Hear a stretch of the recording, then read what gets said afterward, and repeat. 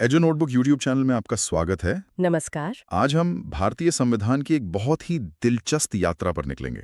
लेकिन एक अलग नजरिए से। बिल्कुल। हम इसके सबसे महत्वपूर्ण संशोधनों मतलब अमेंडमेंट्स को समझने की कोशिश करेंगे, पहले संशोधन से लेकर एकदम लेटेस्ट 106वें तक। और ये सिर्फ आप कह सकते हैं कानूनों की एक लिस्ट नहीं होगी। नहीं, बिल्कुल नहीं। ये असल में भारत के सामाजिक, राजनीतिक और आर्थिक बदलावों की कहानी है। इन संशोधनों से पता चलता है कि हमारा संविधान कैसे समय के साथ इवॉल्व हुआ है। एकदम सही था। चलिए एक एक करके इन पर विस्तार से चर्चा करते हैं। तो चलिए इसे खोलते हैं। पहला संशोधन 1951 में, मतलब संविधान लागू होने के सिर्फ एक साल बाद ही आ गया। इसकी वजह क्या थी? मैंने सुना है संसद और न्यायपालिका के बीच कोई टकराव था। हाँ, और ये टकराव भूमि सुधार यानी लैंड रिफॉर्म्स कानूनों को लेकर था। सरकार जिम्मेदारी खत्म करना चाहती थी, लेकिन अदालतें इन कानूनों को रद्द कर रही थी। अच्छा, तो इस टकराव से बचने के लिए फिर क्या किया गया? देखिए, 3 बड़े बदलाव हुए।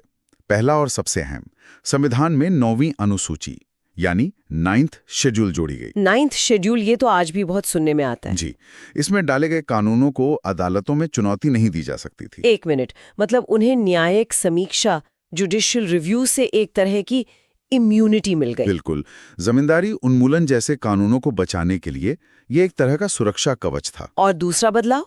दूसरा बदलाव अनुच्छेद 19(2) में हुआ।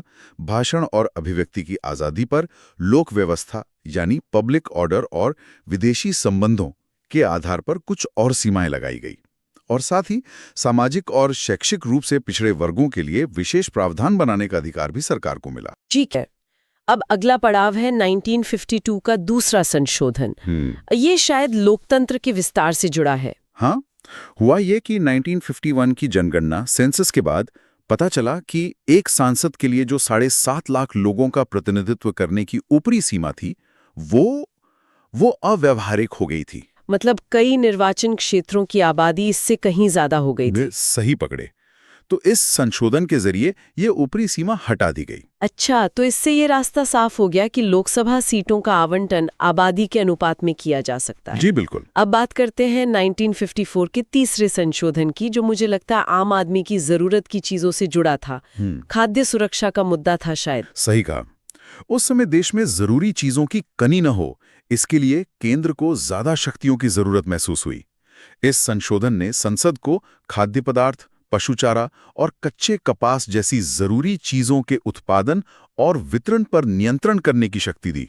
मतलब एक तरह से कॉन्करेंट लिस्ट जैसा प्रभाव था, ताकि पूरे देश में सप्लाई बनी रहे। हाँ, आप ऐसा कह सकती हैं। चौथा संशोधन 1955। यहाँ मामला फिर से जमीन और संपत्ति का आता है। बिल्कुल। सरकार विकास कार्यों के लिए जब निजी संपत्ति का अधिग्रहण करती थी, तो मुआवजा मतलब कॉम्पेंसेशन की रकम तय करती थी, लेकिन अदालतें उस मुआवजे को अपर्याप्त बताकर चुनौती दे रही थीं। और इससे तो विकास के काम रुक रहे होंगे। बहुत ज्यादा। इसीलिए चौथा संशोधन लाया गया। इसने साफ कर दिया कि सरकार द्वारा तय की गई मुआवजे की राशि पर अदालतें सवाल नहीं उठा सकती। अच्छा, मतलब मुआवजा कितना होगा ये तय करना संसद का अधिकार बन जा, न्यायपालिका का नहीं। जी, और दिलचस्प बात यह है कि मुआवजे की पर्याप्तता, एडिक्वेसी ऑफ कॉम्पेंसेशन को वादयोग्य मतलब जस्टिसेबल नहीं रहने दिया गया। 1955 में ही एक और संशोधन हुआ, 5वां। ये राज्यों के पुनर्गठन की प्रक्रिया से जुड़ा था। हाँ, इसमें दिक्कत ये थी कि राज्यों की सीमाएं बदलने के लिए उनकी राय लेने में बहुत देरी हो रही थी। हाँ। तो इस देरी को खत्म करने के लिए राष्ट्रपति को ये शक्ति दी गई कि वो राज्यों की सीमाएं बदलने वाले किसी भी बिल पर राज्य विधानमंडल की राय जानने के लिए एक समय सीमा, एक टाइम लिमिट तय कर सकते हैं। और अगर राज्य उस समय सीमा में अपनी राय नहीं देता तो भी संसद उस बिल को आगे बढ़ा सकती थी। इसका सीधा मकसद राज्यों के पुनर्गठन की प्रक्रिया में तेजी लाना था। अब आते हैं व्यापार पर, ट्रेड पर। 1956 का छठा संशोधन।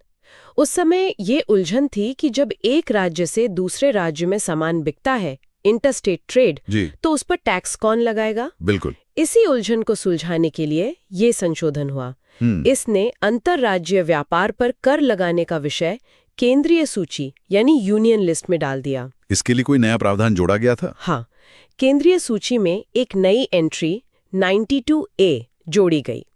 इससे राज्यों की टैक्स लगाने की शक्ति पर कुछ पाबंदियां लग गईं और पूरी व्यवस्था में एक स्पष्टता आई। 1956 का 7वां संशोधन, ये तो बहुत ही बड़ा और ऐतिहासिक था। इसे द बिग मैप चेंज भी कह सकते हैं ना? बिल्कुल कह सकते हैं। ये राज्य पुनर्गठन आयोग 1953 की सिफारिशों को लागू करने के लिए था। इसने राज्यों की वो पुरानी भाग क, ख, ग, घ वाली जो व्यवस्था थी उसे खत्म कर दिया। और इसी से भारत का वो नक्शा बना जिसे हम आज जानते हैं। हाँ, लगभग। इसी संशोधन ने भाषाई आधार पर 14 राज्य और 6 केंद्र शासित प्रदेश बनाए। अच्छा। एक और महत्वपूर्ण प्रावधान ये था कि 2 या 2 से अधिक राज्यों के लिए एक ही कॉमन हाईकोर्ट हो सकता है। इसी ने आधुनिक भारत के नक्शे की नींव रखी। अब बात करते हैं आरक्षण की। 8वां संशोधन 1960। संविधान बनाते समय तो शायद ये सोचा गया था कि SC/ST के लिए आरक्षण सिर्फ 10 साल के लिए होगा। जी बिल्कुल, सिर्फ 10 साल, यानी 1960 तक के लिए। लेकिन 1960 में सरकार को लगा कि इन समुदायों को अभी और सहारे की जरूरत है। तो ये संशोधन लाया गया। हाँ, इसके जरिए लोकसभा और विधानसभाओं में अनुसूचित जाति SC, अनुसूचित जनजाति ST और आंग्ल भारतीयों एंग्लो इंडियंस के लिए सीटों का आरक्षण अगले 10 सालों के लिए, मतलब 1970 तक बढ़ा दिया गया। ये पहली बार था जब आरक्षण की समय सीमा बढ़ाई गई। जी, और ये प्रक्रिया आज भी जारी है। 9वां संशोधन 1960। ये मामला तो भारत और पाकिस्तान के बीच जमीन के एक टुकड़े से जुड़ा है, बेरूबारी वाला। हाँ, 1958 के नेहरू नून समझौते के तहत भारत को पश्चिम बंगाल का बेरूबारी संघ क्षेत्र पाकिस्तान को सौंपना था। लेकिन सुप्रीम कोर्ट ने इस पर रोक लगा दी थी। उन्होंने कहा कि आप सिर्फ एक कार्यकारी आदेश, एक एग्जीक्यूटिव ऑर्डर से भारत का कोई क्षेत्र किसी दूसरे देश को नहीं दे सकते। अच्छा, तो इसके लिए संविधान में संशोधन करना जरूरी था। बिल्कुल, इसीलिए 9वां संशोधन किया गया और पहली अनुसूची में बदलाव करके बेरूबारी को पाकिस्तान को सौंपने की अनुमति दी गई। अब भारत में नए क्षेत्रों के विलय की कहानी शुरू होती है। 10वां संशोधन 1961। जी, पुर्तगाली शासन से मुक्त होने के बाद दादरा और नगर हवेली के लोगों ने भारत में शामिल होने का फैसला किया। तो इस संशोधन के जरिए दादरा और नगर हवेली को औपचारिक रूप से भारतीय संघ में एक केंद्र शासित प्रदेश यानी यूनियन टेरिटरी के रूप में शामिल कर लिया गया। अगला है 11वां संशोधन 1961। ये राष्ट्रपति और उपराष्ट्रपति के चुनाव से जुड़ा है। इससे और ज्यादा कह सकते हैं फूल प्रूफ बनाने की कोशिश की गई। इसमें 2 अहम बदलाव हुए। पहला, उपराष्ट्रपति का चुनाव अब संसद के दोनों सदनों की संयुक्त बैठक जॉइंट सिटिंग की बजाय एक निर्वाचक मंडल इलेक्टोरल कॉलेज द्वारा होगा। और दूसरा ये कि राष्ट्रपति या उपराष्ट्रपति के चुनाव को इस आधार पर चुनौती नहीं दी जा सकती थी कि निर्वाचक मंडल में कोई पद खाली था। 12वां संशोधन 1962। ये एक और महत्वपूर्ण विलय है, गोवा की मुक्ति। हाँ, भारतीय सेना ने ऑपरेशन विजय के जरिए गोवा, दमन और दीव को पुर्तगाली शासन से मुक्त कराया और इस संशोधन के द्वारा गोवा, दमन और दीव को भारत के केंद्र शासित प्रदेश के रूप में पहली अनुसूची में शामिल करके भारत का अभिन्न अंग बना लिया गया। यहाँ से हम उत्तर पूर्व भारत की तरफ चलते हैं। 13वां संशोधन 1962, द नागा अकॉर्ड। जी, नागा नेताओं और केंद्र सरकार के बीच एक समझौते के बाद नागालैंड को भारत के 16वें राज्य का दर्जा दिया गया। इसमें सबसे खास बात क्या थी? यहाँ जो बात सबसे खास है वो है अनुच्छेद 371A का जोड़ा जाना। 371A। इसने नागालैंड को कुछ विशेष प्रावधान दिए, जैसे नागाओं की धार्मिक, सामाजिक प्रथाओं और जमीन के स्वामित्व जैसे मामलों पर संसद का कोई भी कानून सीधे लागू नहीं होगा जब तक कि राज्यों की विधानसभा उसे मंजूरी ना दे। बिल्कुल, ये उन्हें एक तरह की स्वायत्तता, ऑटोनॉमी देता है। पुर्तगालियों के बाद अब फ्रांसीसी उपनिवेशों की बारी थी।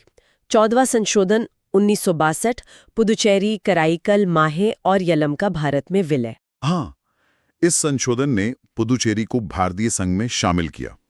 लेकिन इससे भी ज्यादा महत्वपूर्ण बात यह थी कि इसने संसद को हिमाचल प्रदेश, मणिपुर, त्रिपुरा, गोवा, दमन दीव और पुदुचेरी जैसे केंद्र शासित प्रदेशों के लिए विधानसभा और मंत्री परिषद बनाने का अधिकार दिया। अच्छा, मतलब केंद्र शासित प्रदेशों में भी लोकतांत्रिक प्रक्रिया की शुरुआत हुई। जी बिल्कुल। हमारी आज की चर्चा का आखिरी संशोधन 15वां संशोधन 1963, जो न्यायपालिका में सुधारों से जुड़ा है। इसका मुख्य उद्देश्य था कि अनुभवी जजों की सेवा का लाभ देश को ज्यादा समय तक मिले।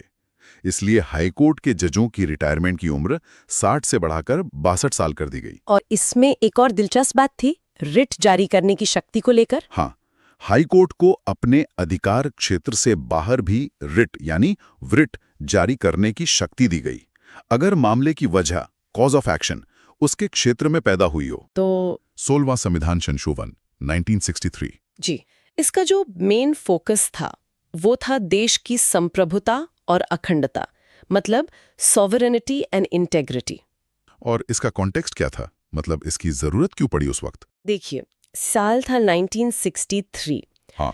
ठीक एक साल पहले 1962 में चीन के साथ युद्ध हुआ था। हाँ, माहौल काफी तनावपूर्ण था देश में। बिल्कुल। और उसी समय तमिलनाडु में डीएमके पार्टी एक अलग देश द्रविड़ नाडु की मांग कर रही थी, तो एक तरह से देश की एकता पर ही खतरा मंडरा रहा था। अच्छा, तो इसलिए ये संशोधन लाया गया। जी हाँ, और इसमें 2 बड़े बदलाव किए गए। हाँ। पहला, अनुच्छेद 19 जो हमें बोलने की आजादी देता है, उस पर देश की संप्रभुता और अखंडता के आधार पर प्रतिबंध लगाया जा सकता है, ये जोड़ दिया गया। बिल्कुल। और दूसरा जो बहुत महत्वपूर्ण है वो था शपथ के प्रारूप में बदलाव। शपथ मतलब ओथ। हाँ, तीसरी अनुसूची में अब हर विधायक, सांसद या मंत्री को भारत की संप्रभुता और अखंडता को बनाए रखने की शपथ लेना अनिवार्य कर दिया गया। मतलब ये देश की एकता को सबसे ऊपर रखने का एक बहुत ही स्पष्ट संदेश था। जी। ठीक है, तो अब आते हैं अगली स्लाइड पर, स्लाइड 2, 17वां संविधान संशोधन 1964। ये जुड़ा है भूमि सुधारों से और 9वीं अनुसूची से, जिसे हम एक कानूनी तिजोरी भी कह सकते हैं, है ना? सही कहा। देखिए, हो ये रहा था कि सरकार जो भी भूमि सुधार कानून ला रही थी, जमींदार उसे संपत्ति के अधिकार का उल्लंघन बताकर कोर्ट में चुनौती दे रहे थे, अनुच्छेद 31 के तहत। बिल्कुल। तो इसी चुनौती से बचने के लिए ये संशोधन लाया गया। इसमें 2 खास बातें थी। क्या थी वो? पहली, ये साफ किया गया कि अगर सरकार रैयतवाड़ी सिस्टम वाली जमीन का अधिग्रहण करती है तो उसे बाजार मूल्य पर मुआवजा देना होगा।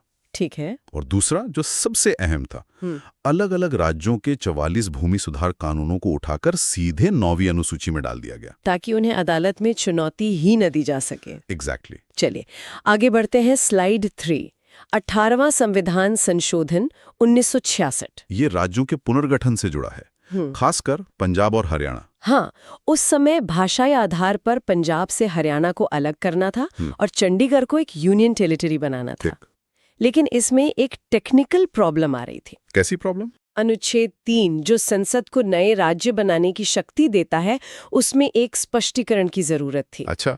तो इस संशोधन ने ये साफ कर दिया कि अनुच्छेद 3 में राज्य शब्द के अंदर केंद्र शासित प्रदेश भी शामिल है। इससे क्या हुआ? इससे संसद को ये शक्ति मिल गई कि वो किसी राज्य या यूटी के हिस्से को मिलाकर एक नया राज्य या यूटी बना सकती है।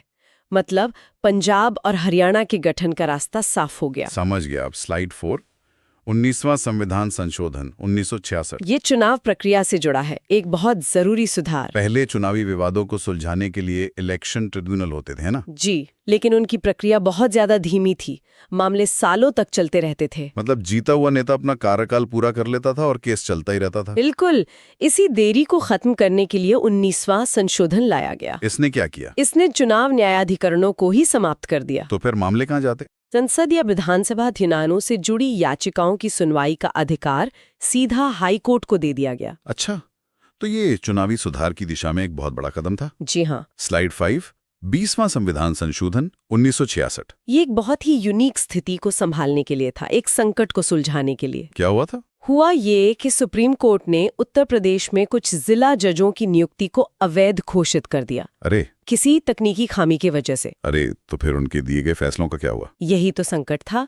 अगर नियुक्ति अवैध है तो उनके दिए गए सारे फैसले भी अवैध हो जाते, पूरा सिस्टम ठप पड़ जाता। तो इस स्थिति से निपटने के लिए संसद ने हस्तक्षेप किया। जी, इस संशोधन के जरिए उन सभी नियुक्तियों और उनके द्वारा दिए गए फैसलों को पूर्वव्यापी प्रभाव से, मतलब रेट्रोस्पेक्टिवली, पिछली तारीख से वैध करार दे दिया गया। मतलब एक तरह से संसद ने टाइम में पीछे जाकर गलती को ठीक कर दिया। दिलचस्प है। अब स्लाइड 6.21वां संविधान संशोधन 1967, ये एक भाषा से जुड़ा है। हाँ, सिंधी भाषा से। इसका क्या संदर्भ था? देखिए, देश के बंटवारे के बाद पाकिस्तान के सिंध प्रांत से बहुत से शरणार्थी भारत आए थे। और उनकी भाषा सिंधी थी। बिल्कुल। उनकी ये मांग थी कि उनकी भाषा को संवैधानिक पहचान मिले। लेकिन सिंधी भाषियों का तो कोई अपना अलग राज्य नहीं था भारत में। और यही बात इसे खास बनाती है। इसके बावजूद उनकी मांग को माना गया और सिंधी भाषा को संविधान की 8वीं अनुसूची में शामिल किया गया। तो इसके साथ मान्यता प्राप्त भाषाओं की संख्या 14 से बढ़कर 15 हो गई। जी। स्लाइड 7, 22वां संविधान संशोधन 1969।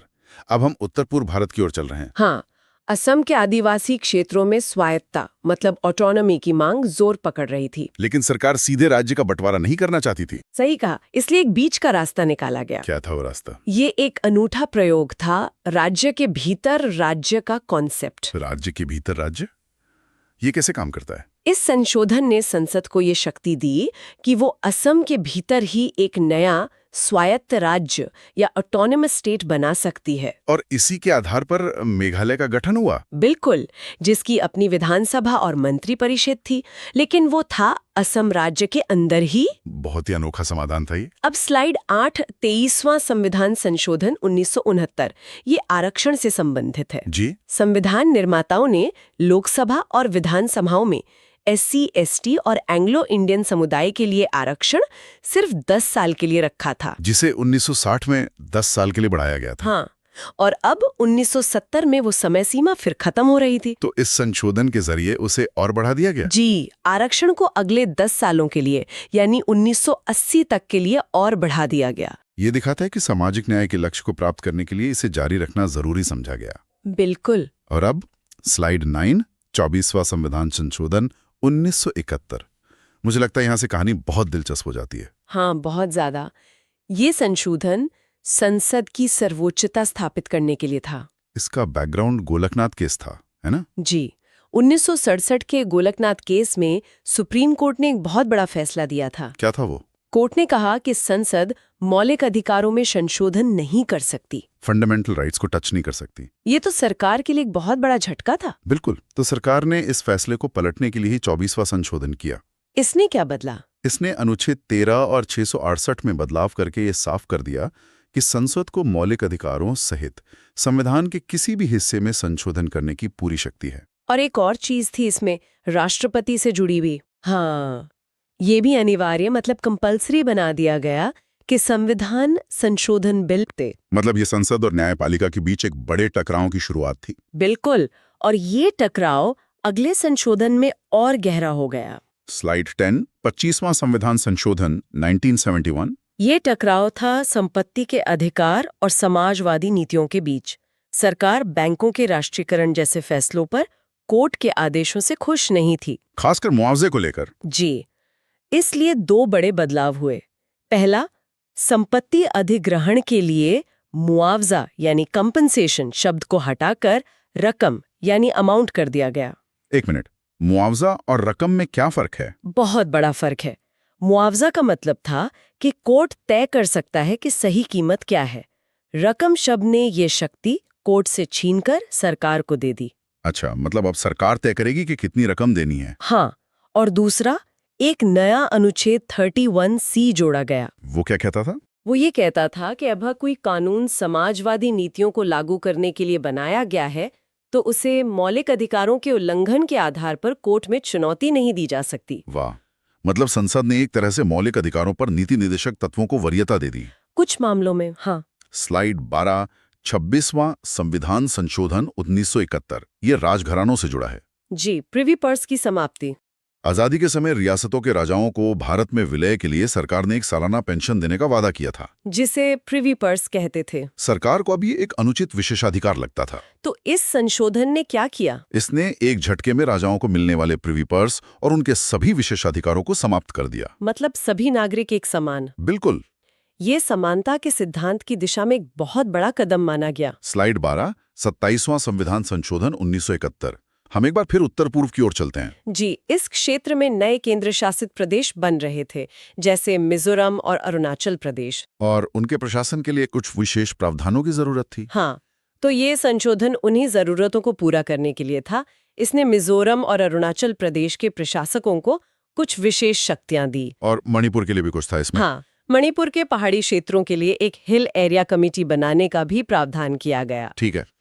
स्लाइड 13, 28वां संविधान संशोधन 1972। ये ब्रिटिश राज की एक विरासत को समाप्त करने के लिए था। इंडियन सिविल सर्विस यानी आईसीएस के अधिकारियों से जुड़ा हुआ। जी, ब्रिटिश काल के आईसीएस अधिकारियों को संविधान में कुछ विशेष सुरक्षा और अधिकार मिले हुए थे, जो आजाद भारत में एक तरह से असमानता पैदा कर रहे थे। तो इस संशोधन ने उन सभी विशेषाधिकारों को समाप्त कर दिया। हाँ, और उनकी सेवा शर्तों को बदलने का पूरा अधिकार संसद को दे दिया। मतलब ये औपनिवेशिक अतीत से पूरी तरह बाहर निकलने का एक और प्रयास था। सही कहा।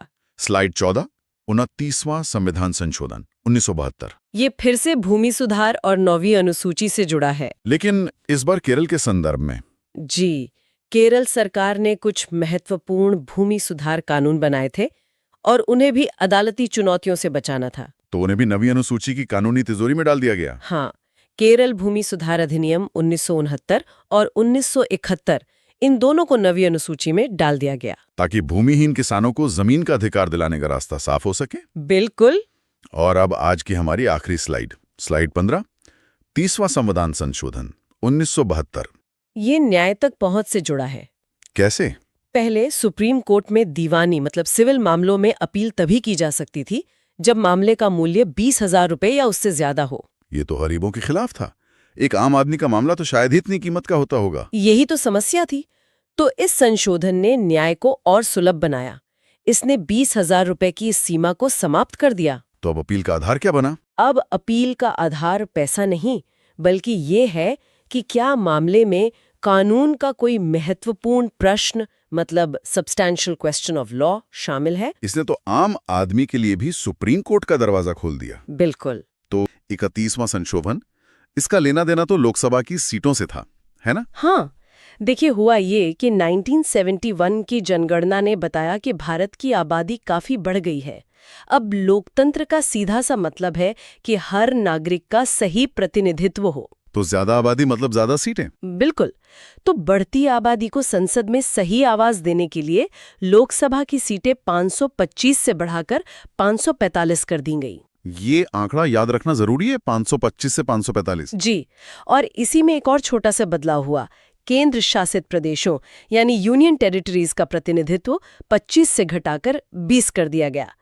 तो ये एक जरूरी और मतलब तार्किक कदम था। यानी संविधान देश की हकीकत के हिसाब से खुद को ढाल रहा था। तो फिर हमारी अगली स्लाइड, 32वां संशोधन 1973। ये भी किसी एक क्षेत्र की समस्या को सुलझाने के लिए था। सही कहा। उस समय आंध्र प्रदेश में मुल्की नियमों को लेकर बड़ा विवाद चल रहा था। मुल्की नियम? वो क्या थे? ये स्थानीय लोगों के सरकारी नौकरियों और शिक्षा में अधिकार से जुड़े कुछ नियम थे। अच्छा। और इनको लेकर काफी अशांति थी। अच्छा। तो संविधान में आर्टिकल 371 डी और ई जोड़कर एक रास्ता निकाला गया। इसके तहत संसद को शक्ति दी गई कि वो उस क्षेत्र के लोगों को रोजगार और शिक्षा में बराबर के मौके देने के लिए प्रावधान बना सके, ताकि विवाद सुलझ सके। हाँ, और इसके लिए एक एडमिनिस्ट्रेटिव ट्राइब्यूनल की स्थापना का भी प्रावधान किया गया। और फिर एक साल बाद 1974 में हमारी तीसरी स्लाइड आती है, 33वां संशोधन। इसने लोकतंत्र को एक अलग तरह के दबाव से बचाने की कोशिश की। ये एक बहुत ही दिलचस्प मामला था। उस दौर में सांसदों और विधायकों पर दबाव डालकर या जबरदस्ती उनसे इस्तीफा दिलवाने की घटनाएं बढ़ रही थीं। मतलब कोई बाहुबली किसी चुने हुए प्रतिनिधि से जबरदस्ती इस्तीफा लिखवा ले? बिल्कुल। आप सोचिए, ये तो लोकतंत्र का मजाक हुआ। तो इसे रोकने के लिए क्या किया गया? यानी असली है। और अगर उन्हें शक हो तो वो इस्तीफे को नामंजूर कर सकते थे। इसने चुने हुए प्रतिनिधियों को एक तरह की सुरक्षा दी। तो अब तक की कहानी में तो ऐसा लग रहा है कि संविधान के जरिए समस्याओं को सुलझाया जा रहा है, सिस्टम को बेहतर बना रहे हैं। हाँ, लेकिन इसी दौर में एक और चीज हो रही थी जो आगे चलकर बहुत विवादास्पद बनी। और वो थी 9वीं अनुसूची का इस्तेमाल, जो हमें हमारी चौथी स्लाइड 34वें संशोधन पर ले आता है। आपने बिल्कुल सही नब्ज पकड़ी है। 34वें संशोधन ने 20 और भूमि सुधार कानूनों को 9वीं अनुसूची में डाल दिया। अब ये 9वीं अनुसूची है क्या, जरा आसान भाषा में समझाएंगी? इसे संविधान की एक तिजोरी समझिए। सरकार जिस भी कानून को इस तिजोरी में डाल देती थी, उस पर अदालतें आसानी से सवाल नहीं उठा सकती थीं। वो जुडिशियल रिव्यू के दायरे से मतलब बाहर हो जाता था। ओहो, इसका मतलब तो ये हुआ कि सरकार एक तरह से अपने कानूनों को अदालती जांच से बचाने के लिए इस रास्ते का इस्तेमाल कर रही थी। देखिए, शुरुआत में इसका मकसद अच्छा था, जमींदारी उन्मूलन जैसे सामाजिक सुधारों को कानूनी पचड़ों से बचाना। लेकिन धीरे धीरे ये एक ऐसा हथियार बनता गया जिसका इस्तेमाल मुश्किल सवालों से बचने के लिए भी किया जाने लगा। समझ गया। और जब देश के भीतर ये सब चल रहा था, तभी भारत की सीमाओं पर भी एक बड़ा और ऐतिहासिक बदलाव हो रहा था। सिक्किम की कहानी। जी, हमारे अगली स्लाइड 35वां संशोधन 1974। इसके जरिए सिक्किम को पहली बार भारत का सहराज्य यानी एसोसिएट स्टेट बनाया गया। ये एक अनोखा दर्जा था जो पहले किसी को नहीं मिला था। और फिर इसके ठीक बाद 36वां संशोधन भी आ गया। हाँ, क्योंकि सिक्किम में एक जनमत संग्रह हुआ। लोगों ने राजशाही खत्म करके भारत में पूरी तरह से विलय के पक्ष में वोट दिया और 1975 में 36वें संशोधन के साथ सिक्किम आधिकारिक तौर पर भारत का 22वां राज्य बन गया। और जो 10वीं अनुसूची 35वें संशोधन से जुड़ी गई थी, उसका क्या हुआ? उसे निरस्त कर दिया गया क्योंकि अब उसकी जरूरत ही नहीं थी। सिक्किम अब एक पूर्ण राज्य था। तो एक तरफ भारत का नक्शा पूरा हो रहा था, अरुणाचल प्रदेश में 37वें संशोधन से विधानसभा बनाकर लोकतंत्र को मजबूत किया जा रहा था, लेकिन यहीं से कहानी एक नाटकीय और कह सकते हैं अंधेरा मोड़ लेती है। हाँ, अब हम उस दौर में दाखिल हो रहे हैं जिसे इमरजेंसी के नाम से जाना जाता है। और इस दौर के संशोधनों का मकसद सिस्टम को सुधारना नहीं, बल्कि सत्ता के संतुलन को पूरी तरह से सरकार के पक्ष में झुकाना था। बिल्कुल। इसकी शुरुआत हुई 1975 के 38वें संशोधन से। अगली स्लाइड। इसने आपातकाल की शक्तियों को लेकर एक बहुत बड़ा बदलाव किया। बहुत बड़ा। इसमें साफ साफ कह दिया गया कि राष्ट्रपति अगर देश में आपातकाल की घोषणा करते हैं तो उनके इस फैसले को किसी भी अदालत में चुनौती नहीं दी जा सकती। एक मिनट, इसका मतलब ये हुआ कि सरकार ने इमरजेंसी लगा दी तो कोई ये पूछने कोर्ट नहीं जा सकता कि जनाब इमरजेंसी क्यों लगाई, क्या इसका कोई ठोस कारण है भी या नहीं। सरकार ने न्यायपालिका के हाथ बांध दिए। यही नहीं, राष्ट्रपति और राज्यपाल जो अध्यादेश जारी करते थे उन्हें भी अदालती जांच से बाहर कर दिया गया। ये तो शक्ति के केंद्रीकरण की तरफ एक बहुत बड़ा कदम था। और ये सिलसिला यही नहीं रुका। अगला संशोधन 39वां, वो तो और भी आगे निकल गया। ये तो सीधे सीधे लोकतंत्र के उसूलों पर हमला था ना। कह सकते हैं। इस संशोधन में कहा गया कि देश के 4 सबसे बड़े पदों राष्ट्रपति, उपराष्ट्रपति, प्रधानमंत्री और लोकसभा अध्यक्ष के चुनाव से जुड़े किसी भी विवाद की सुनवाई सुप्रीम कोर्ट नहीं कर सकता। क्या मतलब अगर प्रधानमंत्री के चुनाव में धांधली का आरोप लगे तो देश की सबसे बड़ी अदालत उस मामले को सुन ही नहीं सकते? नहीं सुन सकते। तो फिर कौन सुनेगा? संसद द्वारा बनाई गई कोई कमेटी या अथॉरिटी, यानी जिन पर आरोप है, फैसला भी लगभग उन्हीं के हाथ में। ये तो न्याय के सिद्धांत कोई अपने ही मामले में जज नहीं हो सकता के एकदम खिलाफ था। बिल्कुल। ये संशोधन साफ तौर पर सत्ता को किसी भी तरह की न्यायिक जवाबदेही से बचाने के लिए लाया गया था। ये सुनना ही बहुत भारी लग रहा है। और इसी माहौल में वो संशोधन आया जिसे भारत का लघु संविधान या मिनी कॉन्स्टिट्यूशन कहा जाता है, 42वां संशोधन। जी, हमारी अगली स्लाइड। इसे मिनी कॉन्स्टिट्यूशन इसलिए कहते हैं क्योंकि इसने संविधान के इतने हिस्सों को बदल दिया कि वो अपने आप में एक नया संविधान लगने लगा। ये इमरजेंसी की विचारधारा का चरम था। चलिए इसके कुछ सबसे बड़े बदलावों को देखते हैं। शुरुआत प्रस्तावना से हुई। हाँ, संविधान की आत्मा कही जाने वाली प्रस्तावना में 3 नए शब्द जोड़े गए: समाजवादी, धर्मनिरपेक्ष और अखंडता। और नागरिकों के लिए मूल कर्तव्य भी जोड़े गए। जी, फंडामेंटल ड्यूटीज का एक नया अध्याय जोड़ा गया। सुनने में तो ये सब अच्छा लगता है, लेकिन असली खेल तो कहीं और था। असली खेल था शक्तियों के संतुलन को बदलने का। पहला, राष्ट्रपति को कैबिनेट की सलाह मानने के लिए बाध्य कर दिया गया। मतलब अब राष्ट्रपति अपनी समझ का इस्तेमाल नहीं कर सकते, उन्हें वही करना होगा जो सरकार कहेगी। और दूसरा, लोकसभा और विधानसभाओं का कार्यकाल 5 साल से बढ़ाकर 6 साल कर दिया गया। हाँ, मतलब जिस सरकार को जनता ने 5 साल के लिए चुना था, उसने खुद ही अपना कार्यकाल 1 साल बढ़ा लिया। और न्यायपालिका पर इसका क्या असर हुआ? वही सबसे बड़ा बदलाव था। सुप्रीम कोर्ट और हाई कोर्ट की न्यायिक समीक्षा की शक्ति को बहुत सीमित कर दिया गया। मतलब संसद के बनाए कानूनों की संवैधानिकता जांचने का अदालतों का अधिकार काफी हद तक छीन लिया गया। तो संक्षेप में 42वें संशोधन ने संसद को सर्वोच्च बनाने की कोशिश की और न्यायपालिका को उसके अधीन। आपने सही कहा, इसने संविधान के मूल ढांचे को ही हिला दिया था। लेकिन फिर भारत के लोकतंत्र ने एक करवट ली। 1977 में चुनाव हुए, इमरजेंसी लगाने वाली सरकार हार गई और जनता पार्टी की नई सरकार सत्ता में आई। और इस नई सरकार का पहला काम था इमरजेंसी के दौरान संविधान में हुए बदलावों को पलटना। एक तरह से संविधान का रिपेयर वर्क शुरू हुआ। बहुत अच्छे से कहा आपने। ये एक रिपेयर जॉब ही थी और इसकी शुरुआत हुई 43rd संशोधन से 1977 में। जी, इसने आते ही वो सबसे जरूरी काम किया जो लोकतंत्र की बहाली के लिए जरूरी था, सुप्रीम कोर्ट और हाई कोर्ट की न्यायिक समीक्षा की शक्ति को वापस लौटाया, जिसे 42वें संशोधन ने छीन लिया था। यानी अदालतों को उनकी छीनी हुई ताकत वापस मिल गई। हाँ, और फिर आया 44वां संशोधन 1978 में। ये 42nd संशोधन का असली जवाब था।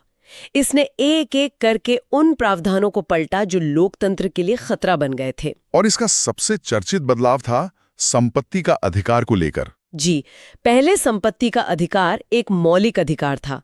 इस संशोधन ने उसे मौलिक अधिकारों की सूची से हटाकर सिर्फ एक कानूनी अधिकार बना दिया। आर्टिकल 300A में। इसका मतलब क्या हुआ आम आदमी के लिए? इसका मतलब ये हुआ कि सरकार अब कानून बनाकर जनहित के लिए आपकी संपत्ति ले सकती है और आप इसे मौलिक अधिकार के हनन के तौर पर चुनौती नहीं दे सकते। लेकिन इसने नागरिकों के दूसरे अधिकारों को बहुत मजबूती दी, खासकर आपातकाल के संबंध में। ये इसका सबसे महत्वपूर्ण पहलू था।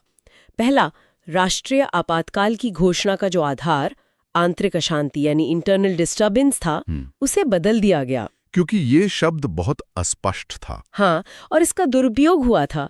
इसकी जगह अब सशस्त्र विद्रोह यानी आर्म्ड रिबेलियन शब्द लाया गया। यानी अब सिर्फ वैसी स्थिति में ही इमरजेंसी लग सकती है। और नागरिकों के सबसे बुनियादी अधिकारों को एक ऐसी सुरक्षा दी गई जो पहले नहीं थी, है ना? बिल्कुल। ये तय किया गया कि इमरजेंसी के सबसे बुरे दौर में भी सरकार आपसे अनुच्छेद 20 और अनुच्छेद 21 यानी जीने का अधिकार नहीं छीन सकती। ये एक ऐतिहासिक कदम था। बहुत बड़ा। इसने सुनिश्चित किया कि किसी भी हाल में नागरिकों के जीवन का अधिकार सुरक्षित रहेगा। और इसने लोकसभा का कार्यकाल भी वापस 5 साल कर दिया। हाँ, 6 साल से घटाकर 5 साल। और राष्ट्रपति को भी थोड़ी शक्ति वापस दी कि वो कैबिनेट की सलाह को एक बार पुनर्विचार के लिए लौटा सकते हैं। कुल मिलाकर 44वें संशोधन ने उस संतुलन को फिर से स्थापित करने की कोशिश की जो संविधान का मूल आधार है। और इस पूरे उथल-पुथल वाले दशक के अंत में हमारी आखिरी स्लाइड 45वां संशोधन आया, जो आरक्षण से जुड़ा था। जी, 1980 में इसने लोकसभा और विधानसभाओं में एससी और एसटी समुदाय के लिए आरक्षण को अगले 10 सालों के लिए यानी 1990 तक बढ़ा दिया। एक तरह से ये इस बात का संकेत था कि संवैधानिक तूफान अब थम गया था और देश वापस अपने जरूरी सामाजिक और राजनीतिक कामों की तरफ लौट रहा था। 1982 के 46वें संशोधन से इसका विषय था बिक्री कर, मतलब सेल्स टैक्स की खामियों को दूर करना। जी, यहाँ समझने वाली बात यह है कि राज्यों को टैक्स वसूलने में दिक्कतें आ रही थी। अच्छा। हाँ, तो इस संशोधन ने राज्यों को सेल्स टैक्स का जो बकाया था उसे वसूलने में सक्षम बनाया और एक कंसाइनमेंट टैक्स की चोरी होती थी उसकी कमियों को दूर किया। तो एक तरह से ये राज्यों की फाइनेंशियल पावर्स को मजबूत करने वाला एक कदम था। एग्जैक्टली, बिल्कुल। अब आते हैं साल 1984 पर। 47वें संशोधन ने 9वीं अनुसूची का विस्तार किया। इसका क्या मतलब है?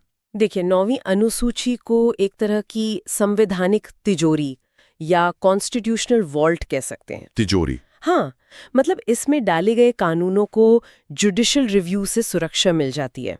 उन्हें आसानी से अदालत में चुनौती नहीं दी जा सकती। अच्छा। तो इस संशोधन के तहत अलग अलग राज्यों के 14 भूमि सुधार कानूनों मतलब लैंड रिफॉर्म एक्ट्स को इस अनुसूची में डाल दिया गया था। ठीक है।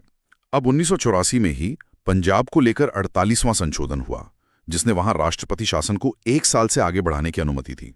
और ये एक बहुत असाधारण कदम था जो पंजाब में उग्रवाद की गंभीर स्थिति को देखते हुए उठाया गया था। इसके लिए जो चुनाव आयोग की विशेष शर्तें होती हैं ना, उन्हें भी जरूरी नहीं माना गया। ये दिखाता है कि कैसे संविधान में विशेष परिस्थितियों के लिए प्रावधान किए जा सकते हैं। मतलब हालात इतने गंभीर थे। जी। अब पंजाब से चलते हैं त्रिपुरा। 49वें संशोधन ने त्रिपुरा के जनजातीय क्षेत्रों के लिए स्वायत्त जिला परिषद को संवैधानिक मान्यता दी। Autonomous district council. हाँ, ये पूर्वोत्तर की स्थानीय जनजातियों को स्वशासन मतलब सेल्फ गवर्नेंस का अधिकार देने की दिशा में एक बहुत महत्वपूर्ण कदम था। अच्छा, यहां से बात और भी दिलचस्प हो जाती है। 50वां संशोधन, इसका संबंध खुफिया संगठनों और सशस्त्र बलों से है। जी। इसमें संसद को ये शक्ति दी गई कि वो खुफिया संगठनों, इंटेलिजेंस ऑर्गेनाइजेशंस और सशस्त्र बलों के टेलीकॉम सिस्टम में काम करने वाले लोगों के मूल अधिकारों को सीमित कर सकती है। अच्छा, ऐसा क्यों? इसका उद्देश्य राष्ट्रीय सुरक्षा और अनुशासन बनाए रखना था। इसने संविधान के अनुच्छेद 33 का दायरा बढ़ा दिया था। ठीक है, और फिर एक और संशोधन पूर्वोत्तर पर केंद्रित था, 51वां संशोधन। हाँ, इसने मेघालय, अरुणाचल प्रदेश, नागालैंड और मिजोरम के लिए लोकसभा में अनुसूचित जनजाति यानी एसटी के लिए सीटों के आरक्षण की व्यवस्था की, और विधानसभाओं में भी। जी, साथ ही नागालैंड और मेघालय की विधानसभाओं में भी एसटी आरक्षण लागू किया गया, ताकि इन राज्यों में जनजातीय आबादी को उचित राजनीतिक प्रतिनिधित्व मिल सके। अब आते हैं एक बहुत ही प्रसिद्ध संशोधन पर, 1985 का 52वां संशोधन, दल बदल विरोधी कानून। Anti defection law. हाँ, यहाँ जो बात फैसिनेट करती है वो है इसका मकसद। आया राम गया राम की राजनीति। बिल्कुल, उसी को खत्म करना था। इसने संविधान में 10वीं अनुसूची मतलब 10th शेड्यूल को जोड़ा, और इसके तहत दल बदल के आधार पर सदस्यों को अयोग्य मतलब डिस्क्वालीफाइड ठहराने का प्रावधान किया गया। जी, ताकि राजनीतिक स्थिरता लाई जा सके। फिर 1986 और 87 में हमें कई नए राज्य बनते हुए दिखते हैं। बिल्कुल, 53वें संशोधन से 1986 में मिजोरम को राज्य का दर्जा और कुछ विशेष प्रावधान मिले, जैसे मिजो प्रथाओं को संरक्षण दिया गया। फिर 55वें संशोधन जो 1986 में ही आया, उससे अरुणाचल प्रदेश को पूर्ण राज्य का दर्जा मिला। और गोवा? और फिर 56th संशोधन से 1987 में गोवा भारतीय संघ का नया राज्य बना। इन तीनों राज्यों के लिए विधानसभा की न्यूनतम सदस्य संख्या भी तय की गई। इसी बीच 54th संशोधन 1986 में न्यायाधीशों के वेतन से जुड़ा था। हाँ, इसने सुप्रीम कोर्ट और हाई कोर्ट के जजों के वेतन में बढ़ोतरी की, लेकिन इससे भी महत्वपूर्ण बात ये थी कि इसने संसद को यह अधिकार दिया कि भविष्य में साधारण कानून बनाकर वेतन बदला जा सकता है। अच्छा, मतलब बार बार संविधान संशोधन की जरूरत नहीं पड़ेगी। सही बात है, प्रक्रिया आसान हो गई। फिर 1987 में पूर्वोत्तर में आरक्षण को लेकर एक और संशोधन हुआ, 57वां। जी, 57वें संशोधन ने अरुणाचल प्रदेश, मेघालय, मिजोरम और नागालैंड की विधानसभाओं में अनुसूचित जनजातियों के लिए सीटों का आरक्षण तय किया। और ये किस आधार पर हुआ? ये आरक्षण वहां के जनजातीय आबादी के अनुपात मतलब प्रोपोर्शन में किया गया। अब 58 संशोधन ये भाषा से जुड़ा है। इसने संविधान का एक प्राधिकृत पाठ हिंदी में उपलब्ध कराया। हाँ, ऑफिशियल टेक्स्ट। हाँ, और इस हिंदी पाठ को अंग्रेजी पाठ के बराबर ही कानूनी मान्यता, लीगल सैंक्टिटी दी गई। ये एक महत्वपूर्ण कदम था। 1988 में हम फिर से पंजाब की स्थिति पर आते हैं, 59वां संशोधन। हाँ, इसने सिर्फ पंजाब के लिए आंतरिक अशांति या इंटरनल डिस्टर्बेंस के आधार पर राष्ट्रीय आपातकाल लगाने की अनुमति दे दी। और ये एक बहुत बड़ा बदलाव था, क्योंकि 44वें संशोधन ने आंतरिक अशांति शब्द को हटाकर सशस्त्र विद्रोह कर दिया था। तो मतलब एक पुराने नियम को सिर्फ एक राज्य के लिए वापस लाया गया। जी, पंजाब की विशेष स्थिति के कारण, और वहां राष्ट्रपति शासन की अधिकतम सीमा 3 साल कर दी गई। और अब हमारी सूची का आखिरी संशोधन, 60वां संशोधन, जो वृत्ति कर यानी प्रोफेशनल टैक्स से संबंधित है। ये कर राज्य सरकारों द्वारा लगाया जाता है। इस संशोधन ने व्यवसाय, व्यापार और रोजगार पर लगने वाले इस टैक्स की सीमा को 250 रुपए प्रति वर्ष से बढ़ाकर 2500 रुपए प्रति वर्ष कर दिया। हाँ, 2500 रुपए प्रति वर्ष कर दिया। तो इन सब का क्या मतलब निकलता है? हमने देखा कि कैसे कुछ ही सालों में देश ने कितने बड़े बदलाव देखे, राज्यों की आर्थिक मजबूती से लेकर राजनीतिक अस्थिरता को रोकने तक, और पूर्वोत्तर की आकांक्षाओं से लेकर पंजाब की गंभीर सुरक्षा चुनौतियों से निपटने तक। अगर हम इसे बड़ी तस्वीर से जोड़कर देखें तो ये संशोधन दिखाते हैं कि हमारा संविधान एक जीवंत दस्तावेज है, एक लिविंग डॉक्यूमेंट है। बिल्कुल, जो देश की बदलती जरूरतों और चुनौतियों के हिसाब से खुद को ढालता रहता है। जी, और ये हमें सोचने पर मजबूर करता है कि इनमें से कई संशोधन उस समय के विशिष्ट संकटों की प्रतिक्रिया थे, है ना? हाँ, बिल्कुल। तो दशकों पुराने ये समाधान आज के समय में कितने प्रासंगिक हैं, और भविष्य में कौन सी नई चुनौतियां इसी तरह के संवैधानिक लचीले संशोधन के बारे में जो 1989 में हुआ, ये एक बहुत बड़ा ऐतिहासिक बदलाव था। जी बिल्कुल, ये वो संशोधन था जिसने सीधे सीधे देश के युवाओं को प्रभावित किया। इसने लोकसभा और विधानसभा चुनावों में जो वोट देने की उम्र थी उसे कम कर दिया था, है ना? हाँ, पहले ये उम्र 21 साल थी और इस संशोधन ने उसे घटाकर 18 साल कर दिया। अच्छा, और इसके लिए संविधान में कहाँ बदलाव किया गया था? इसके लिए संविधान के आर्टिकल 326 यानी अनुच्छेद 326 में बदलाव किया गया था। तो इसका जो मूल उद्देश्य था वो था लोकतंत्र में युवाओं की भागीदारी को बढ़ाना। एग्जैक्टली। और इसका असर भी तुरंत हुआ। मतलब रातों रात करोड़ों युवा भारतीय वोटर बन गए और उन्हें देश की राजनीतिक प्रक्रिया में अपनी आवाज उठाने का हक मिल गया। स्लाइड 2। चलिए अब आते हैं 62वें संशोधन पर। ये भी 1989 में ही हुआ था। जी, और इसका संबंध आरक्षण माने रिजर्वेशन से है। ओके, तो इसमें क्या प्रावधान थे? इस संशोधन के जरिए लोकसभा और राज्य की विधानसभाओं में अनुसूचित जाति मतलब एससी और अनुसूचित जनजाति मतलब एसटी के लिए जो सीटों का आरक्षण था उसे अगले 10 सालों के लिए बढ़ा दिया गया। और एंग्लो इंडियन समुदाय के लिए भी, सही है ना? हाँ बिल्कुल, एससी, एसटी और एंग्लो इंडियन समुदाय तीनों के लिए। तो ये आरक्षण अब साल 2000 तक के लिए लागू हो गया। जी, और यहाँ एक ध्यान देने वाली बात यह है कि ये प्रक्रिया हर 10 साल में संसद दोहराती है ताकि इन समुदायों का प्रतिनिधित्व सुनिश्चित किया जा सके। स्लाइड 3, अगली स्लाइड है 63वें संशोधन की, जो कि पंजाब से जुड़ा एक बहुत महत्वपूर्ण कदम था। हाँ, ये एक तरह से एक पुराने कड़े कानून को हटाने के लिए लाया गया था। इसने 59वें संशोधन को रद्द कर दिया था। बिल्कुल, और 59वां संशोधन पंजाब में आंतरिक अशांति या इंटरनल डिस्टर्बेंस के आधार पर इमरजेंसी लगाने की इजाजत देता था। तो इस संशोधन को रद्द करने का मतलब था कि पंजाब में हालात को सामान्य करने की कोशिश की जा रही थी। सही बात है, नागरिक अधिकारों को फिर से बहाल करना। इसके बाद पंजाब में आपातकाल लगाने की व्यवस्था वैसी ही हो गई जैसी देश के बाकी हिस्सों में थी। स्लाइड 4। अब हम आते हैं 1990 में 64वें संशोधन के साथ, और ये फिर से पंजाब की स्थिति से ही जुड़ा हुआ है। जी, ये दिखाता है कि उस समय पंजाब के हालात कितने जटिल थे। तो इस संशोधन ने क्या किया? इस संशोधन ने पंजाब में जो राष्ट्रपति शासन प्रेसिडेंट्स रूल लगा हुआ था उसकी अधिकतम अवधि को बढ़ा दिया। कितना बढ़ाया? इसे बढ़ाकर 3 साल और 6 महीने कर दिया गया। ओह, और ये कदम इसलिए उठाना पड़ा क्योंकि चुनाव आयोग ने कह दिया था कि सुरक्षा कारणों से राज्य में चुनाव कराना संभव नहीं है। ये उस वक्त की मुश्किल हकीकत को दिखाता है। स्लाइड 5। अब बात करते हैं 65वें संशोधन की।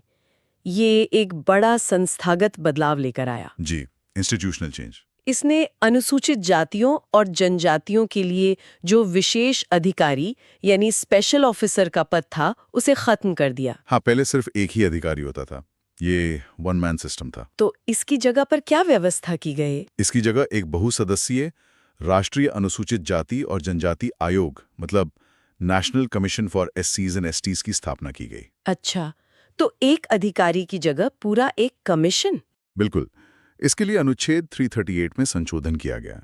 इसका मकसद था इन समुदायों के हितों की रक्षा के लिए एक ज्यादा मजबूत और प्रभावी संस्था बनाना। स्लाइड 6। अगला है 66वां संशोधन 1990 का ही, और इसका संबंध भूमि सुधार यानी लैंड रिफॉर्म से है। जी, इसके तहत अलग अलग राज्यों के 55 भूमि सुधार अधिनियमों को संविधान की 9वीं अनुसूची में शामिल किया गया। ये 9वीं अनुसूची मतलब 9th शेड्यूल हमेशा से थोड़ी चर्चा में रहती है। इसका क्या मतलब है? बेसिकली 9वीं अनुसूची एक तरह की सुरक्षा कवच है। सुरक्षा कवच? हाँ, इसमें शामिल कानूनों को अदालतों में चुनौती नहीं दी जा सकती। मतलब उन्हें न्यायिक समीक्षा जुडिशियल रिव्यू से प्रोटेक्शन मिल जाती है। अच्छा, तो इस संशोधन के बाद इस लिस्ट में कुल कितने कानून हो गए थे? इसके बाद इस सूची में कुल सुरक्षित अधिनियमों की संख्या बढ़कर 257 हो गई थी। स्लाइड 7 और 8 हमारी अगली 2 स्लाइडें 67वां और 68वां संशोधन, ये दोनों ही पंजाब की कहानी को आगे बढ़ाती हैं। जी, ये दोनों संशोधन दिखाते हैं कि पंजाब में राष्ट्रपति शासन का संकट कितना गहराता जा रहा था। तो 67वां संशोधन जो 1990 में आया, उसने क्या किया? उसने पंजाब में राष्ट्रपति शासन की अवधि को 3.5 साल से बढ़ाकर कुल 4 साल कर दिया। और उसके बाद फिर 68वां संशोधन आया 1991 में। हाँ, और उसने इस अवधि को और भी बढ़ा दिया, कुल 5 साल तक। 5 साल? बिल्कुल। ये तो एक चुनी हुई सरकार का पूरा कार्यकाल होता है। बिल्कुल। ये दोनों संशोधन एक साथ ये बताते हैं कि उस दौर में पंजाब में अस्थिरता और सुरक्षा की स्थिति कितनी गंभीर थी। लोकतांत्रिक प्रक्रिया बार बार टल रही थी। स्लाइड 9। अब आते हैं 69 संशोधन पर जो 1991 में हुआ, और ये दिल्ली के लिए एक गेम चेंजर था। हाँ, इसने दिल्ली का पूरा स्टेटस ही बदल दिया। इस संशोधन ने दिल्ली को एक विशेष दर्जा देते हुए राष्ट्रीय राजधानी क्षेत्र यानी नेशनल कैपिटल टेरिटरी NCT बनाया। और इसके लिए संविधान में 2 नए अनुच्छेद भी जोड़े गए, 239AA और 239AB। और इसका सबसे बड़ा नतीजा क्या हुआ? आम लोगों के लिए क्या बदला? सबसे बड़ा नतीजा ये था कि दिल्ली में 70 सदस्यों वाली एक विधानसभा, मतलब लेजिस्लेटिव असेंबली, और 7 सदस्यों वाली एक मंत्री परिषद की स्थापना हुई। मतलब सीधे शब्दों में कहें तो दिल्ली को अपनी चुनी हुई सरकार मिल गई। बिल्कुल, दिल्ली को अपनी आवाज मिली। स्लाइड 10 अगला है 70वां संशोधन 1992 का।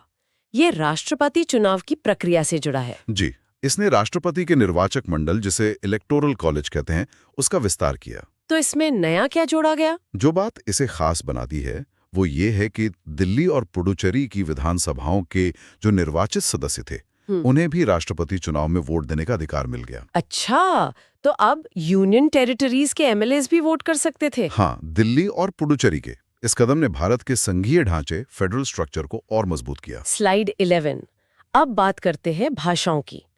71वें संशोधन ने संविधान की 8वीं अनुसूची को और समृद्ध किया। जी, हमारी भाषाई विविधता को और सम्मान मिला। इसमें 3 और भाषाओं को संवैधानिक मान्यता दी गई थी। हाँ, वो 3 भाषाएं थीं, कोंकणी, मणिपुरी और नेपाली। इनको याद रखने की कोई ट्रिक है? बिल्कुल, एक बहुत अच्छी ट्रिक है, नमक। नमक? हाँ, न से नेपाली, म से मणिपुरी और क से कोंकणी। वाह, ये तो बहुत आसान है। तो इस संशोधन के बाद 8वीं अनुसूची में कुल कितनी भाषाएं हो गईं? इनकी संख्या बढ़ के 18 हो गई। स्लाइड 12 72वां संशोधन हमें लेकर जाता है पूर्वोत्तर भारत यानी त्रिपुरा। जी, ये 1992 में हुआ था। इसका मुख्य बिंदु क्या था? इस संशोधन के द्वारा त्रिपुरा की विधानसभा में अनुसूचित जनजातियों, मतलब ST, के लिए सीटों के आरक्षण की व्यवस्था की गई। ये फैसला क्यों लिया गया? ये फैसला वहां की जो विशेष जनसांख्यिकी डेमोग्राफिक्स है और जो सुरक्षा की स्थिति थी, उस ध्यान में रखकर लिया गया था। अच्छा, मतलब स्थानीय जनजातीय आबादी को पर्याप्त राजनीतिक प्रतिनिधित्व देने के लिए। बिल्कुल सर। स्लाइड 13 अब हम एक ऐसे संशोधन पर आते हैं जिसे ग्रामीण क्रांति भी कहा जा सकता है। 73rd संशोधन। ये भारतीय संविधान के इतिहास के सबसे महत्वपूर्ण संशोधनों में से एक है। इसने पंचायती राज संस्थाओं को संवैधानिक दर्जा दिया। जी, इसके लिए संविधान में एक नया भाग 9, पार्ट 9 और एक नई 11th शेड्यूल 11वीं अनुसूची जोड़ी गई। इसका असली असर क्या हुआ? इसका असली असर था सत्ता का विकेंद्रीकरण, डिसेंट्रलाइजेशन ऑफ पावर। मतलब सत्ता दिल्ली और राजधानियों से निकल के गांवों तक पहुंची। बिल्कुल, 11वीं अनुसूची में कृषि, पेयजल, ग्रामीण विकास जैसे 29 विषय रखे गए जो पंचायतों के अधिकार क्षेत्र में आ गए। मतलब गांव को अपनी सरकार। स्लाइड 14 और जो काम 73rd संशोधन ने गांवों के लिए किया, वही काम 74th संशोधन ने शहरों के लिए किया। इसे शहरी क्रांति भी कहते हैं। हाँ, ये दोनों संशोधन एक साथ एक ही सोच का हिस्सा थे। इसने शहरी स्थानीय निकायों मतलब नगर पालिकाओं को संवैधानिक दर्जा दिया। जी, और इसके लिए संविधान में एक नया भाग 9A और नई 12वीं अनुसूची 12th शेड्यूल जोड़ी गई। और इस 12वीं अनुसूची में कितने विषय थे? इसमें शहरी योजना, स्वास्थ्य और साफ सफाई जैसे 18 कार्यों का उल्लेख किया गया। तो कह सकते हैं कि 73वें और 74वें संशोधन ने मिलकर भारत में जमीनी स्तर पर लोकतंत्र की नींव रखी। बिल्कुल, ग्रासरूट डेमोक्रेसी की। स्लाइड 15 हमारी आज की चर्चा का आखिरी संशोधन है 75वां संशोधन, जो 1994 में हुआ। जी, ये एक बहुत ही व्यावहारिक समस्या को सुलझाने के लिए था। यह संशोधन अनुच्छेद 323B के तहत किराया अधिकरण या रेंट ट्रिब्यूनल्स की स्थापना का प्रावधान करता है। इसका मकसद बहुत सीधा था। क्या था वो? मकान मालिक और किराएदार के बीच जो विवाद होते हैं, उनका तेजी से समाधान करना। अच्छा, ताकि जो रेगुलर अदालतें हैं उन पर बोझ कम हो सके। एग्जैक्टली। इसने किराया मामलों के लिए एक स्पेशल जुडिशियल प्रोसेस को संवैधानिक मंजूरी दी। तो आज हमने 61वें से 75वें संशोधन तक का ये पूरा सफर तय किया। यहीं से आता है 76वां संशोधन। एग्जैक्टली। 1994 में सरकार ने एक बहुत ही अनोखा और कह सकते हैं कि विवादित रास्ता निकाला। वो रास्ता था संविधान की 9वीं अनुसूची यानी 9th शेड्यूल का। मुझे ये हमेशा से बड़ा दिलचस्प लगा है। ये तो मूल रूप से भूमि सुधार कानूनों को बचाने के लिए बनी थी। जी। तो यहाँ इसका इस्तेमाल एक तरह से संवैधानिक कवच की तरह किया गया। आपने बिल्कुल सही शब्द इस्तेमाल किया, संवैधानिक कवच। तमिलनाडु के 69% आरक्षण वाले कानून को उठाकर 9वीं अनुसूची में डाल दिया गया। ओके। इसका सीधा मतलब था कि अब इस कानून को अदालत में इस आधार पर चुनौती नहीं दी जा सकती कि यह 50% की सीमा का उल्लंघन करता है। मतलब ये जुडिशियल रिव्यू से बाहर हो गया। हाँ, उस समय के लिए तो यही माना गया। इसने एक बहुत बड़ी बहस छेड़ दी कि क्या 9वीं अनुसूची एक ऐसा ब्लैक बॉक्स है जिसमें आप कुछ भी डालकर उसे न्यायिक समीक्षा से बचा सकते हैं। और ये बहस आज भी जारी है। खैर, तो ये तो हुई आरक्षण की सीमा की बात, लेकिन इंदिरा साहनी फैसले का एक और पहलू था जिसने संसद को एक और संशोधन के लिए मजबूर किया, और वो था प्रमोशन में आरक्षण का मुद्दा। हाँ, कोर्ट ने साफ कहा था कि आरक्षण सिर्फ शुरुआती नियुक्ति यानी इनिशियल अपॉइंटमेंट में मिलेगा, पदोन्नति यानी प्रमोशंस में नहीं। तो इससे एक नई समस्या खड़ी हो गई। बिल्कुल। जरा सोचिए, अगर प्रतिनिधित्व सिर्फ एंट्री लेवल पर ही सीमित रह जाए तो सरकारी मशीनरी के ऊंचे पदों पर SC/ST समुदायों का प्रतिनिधित्व कैसे बढ़ेगा? सही बात है। इसी सवाल का जवाब था 77वां संशोधन जो 1995 में आया। तो इस संशोधन ने क्या किया? इसने संविधान में एक नया क्लॉज अनुच्छेद 16(4)A जोड़ दिया। इसने राज्य को ये शक्ति दी कि अगर उसे लगता है कि SC और ST समुदायों का प्रतिनिधित्व सरकारी नौकरियों में पर्याप्त नहीं है, तो वो उनके लिए प्रमोशन में भी आरक्षण का प्रावधान कर सकता है। मतलब कोर्ट ने जो दरवाजा बंद किया था, संसद ने उसे फिर से खोल दिया। हाँ, संविधान में संशोधन करके। और ये खींचतान यहीं खत्म नहीं हुई। प्रमोशन का एक और पहलू था सीनियरिटी का। मतलब मान लीजिए आरक्षण से किसी को प्रमोशन मिल गया, तो क्या वो अपने उन साथियों से भी सीनियर हो जाएगा जो एक ही बैच के थे? ये करोड़ों का सवाल था और इसमें सरकारी दफ्तरों में बहुत उलझन पैदा कर दी थी। इसी को साफ करने के लिए कुछ साल बाद 85वां संशोधन लाया गया 2001 में। अच्छा। इसने अनुच्छेद 16(4) में ही बदलाव करके परिणामिक वरिष्ठता या कॉन्सिक्वेंशियल सीनियरिटी का सिद्धांत जोड़ दिया। इसका क्या मतलब हुआ? इसका मतलब था, हाँ, आरक्षण के जरिए प्रमोशन पाने वाला कर्मचारी अपने बैच के सामान्य वर्ग के कर्मचारियों से सीनियर माना जाएगा और इसे जून 1995 से यानी पूर्वव्यापी प्रभाव से लागू किया गया। वाह, मतलब एक मुद्दे को सुलझाने के लिए सालों तक संशोधन पर संशोधन होते रहे। जी। इसी आरक्षण की कहानी में एक और दिलचस्प मोड़ आता है, बैकलॉग रिक्तियों का। ये क्या मामला था? ये 50% सीमा का ही एक साइड इफेक्ट था। मान लीजिए एक साल SC/ST कोटे की 100 सीटें निकली, पर सिर्फ 60 ही भर पाईं। ओके। तो बची हुई 40 सीटें बैकलॉग हो गईं।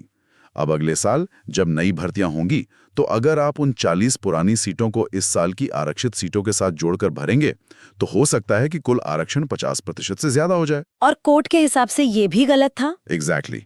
तो इसका मतलब पुरानी खाली पड़ी सीटें कभी भर ही नहीं पाएंगी। बिल्कुल, यही समस्या थी। इसे सुलझाने के लिए 81वां संशोधन लाया गया साल 2000 में। इसने अनुच्छेद 16(4)B जोड़ा, जिसे बैकलॉग नियम भी कह सकते हैं। हाँ, कह सकते हैं। इसने एक बहुत सीधी सी बात कही कि जो बैकलॉग वाली खाली सीटें हैं, उन्हें एक अलग क्लास माना जाएगा और उन्हें जब भरा जाएगा, तो उस साल की 50% की सीमा उन पर लागू नहीं होगी। अच्छा।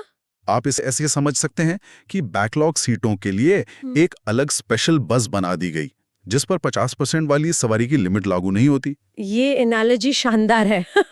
और मुझे लगता है इसी सिलसिले में एक और संशोधन था जिसने प्रमोशन के लिए जरूरी क्वालिफाइंग मार्क्स में छूट देने की बात की थी। हाँ, वो था 82वां संशोधन। ये भी 2000 में ही आया। इसने अनुच्छेद 335 में एक प्रोवाइजो जोड़ा। इसने सरकार को यह अधिकार दिया कि वो SC/ST उम्मीदवारों के लिए प्रमोशन की परीक्षाओं में क्वालिफाइंग मार्क्स कम कर सकती है या मूल्यांकन के दूसरे मानकों में ढील दे सकती है। ओके। तो अगर आप इन सभी को एक साथ देखें, 77वां, 81वां, 82वां और 85वां, तो ये सब इंदिरा साहनी केस के फैसले पर संसद की एक तरह की प्रतिक्रिया थे। तो एक तरफ आरक्षण को लेकर ये कानूनी दांव पैच चल रहे थे, वहीं दूसरी तरफ देश के राजनीतिक नक्शे और सीटों के बंटवारे को लेकर भी बड़े फैसले हो रहे थे। इसमें सबसे बड़ा कदम था सीटों की संख्या को फ्रीज करना। ये क्यों किया गया? यह 84वें संशोधन के जरिए किया गया 2001 में, और इसके पीछे एक बहुत बड़ा नीतिगत उद्देश्य था, जनसंख्या नियंत्रण को प्रोत्साहित करना। अच्छा, वो कैसे? देखिए, लोकसभा में किस राज्य को कितनी सीटें मिलेंगी, ये उसकी आबादी पर निर्भर करता है। अब जो राज्य परिवार नियोजन को अपनाकर अपनी आबादी कंट्रोल कर रहे थे, खासकर दक्षिण के राज्य, उन्हें डर था कि भविष्य में उनकी सीटें कम हो जाएंगी। और जिन राज्यों की आबादी तेजी से बढ़ रही है उनकी सीटें बढ़ जाएंगी। बिल्कुल। यानी जो राज्य अच्छा काम कर रहे थे उन्हें राजनीतिक तौर पर सजा मिलती। ठीक है ये बात। इस समस्या से बचने के लिए इस संशोधन ने लोकसभा और विधानसभाओं में सीटों की कुल संख्या को 2026 तक के लिए फ्रीज कर दिया। ओके, 2026 तक। हाँ, यानी सीटें न घटेंगी न बढ़ेंगी। हालांकि राज्यों के अंदर निर्वाचन क्षेत्रों की सीमाओं को 1991 की जनगणना के आधार पर फिर से बनाने की इजाजत दी गई है। और बाद में इस आधार वर्ष को भी बदला गया था शायद। हाँ, सही पकड़ा आपने। बाद में 87वें संशोधन 2003 के जरिए इस आधार वर्ष को 1991 से बदलकर 2001 कर दिया गया, ताकि सीमाएं ताजा आंकड़ों पर आधारित हों। ये तो बहुत दूर की सोच वाला फैसला था। इसी तरह राजनीतिक प्रतिनिधित्व से जुड़ा एक और मुद्दा था SC, ST और एंग्लो इंडियन समुदाय के लिए आरक्षण को समय समय पर बढ़ाना। हाँ, संविधान बनाते समय ये व्यवस्था सिर्फ 10 साल के लिए की गई थी। अच्छा, सिर्फ 10 साल? जी, इस उम्मीद में कि तब तक सामाजिक बराबरी आ जाएगी, लेकिन ऐसा हुआ नहीं और तब से इसे हर 10 साल में बढ़ाया जाता रहा है। 79वां संशोधन जो 1999 में आया, वो इसी परंपरा का हिस्सा था। उसने इस राजनीतिक आरक्षण को अगले 10 सालों के लिए यानी 25 जनवरी 2010 तक बढ़ा दिया। और ये प्रतिनिधित्व का मामला सिर्फ देश के स्तर पर ही नहीं बल्कि राज्यों की खास जरूरतों के हिसाब से भी देखा गया, जैसे अरुणाचल प्रदेश और असम के मामले में। बिल्कुल। 83वां संशोधन जो 2000 में आया, वो अरुणाचल प्रदेश के लिए था। वहाँ क्या खास था? वहाँ की लगभग पूरी आबादी ही जनजातीय है और अनुसूचित जाति यानी SC की कोई आबादी है ही नहीं। तो वहाँ की पंचायती राज संस्थाओं में SC के लिए आरक्षण का कोई मतलब नहीं था।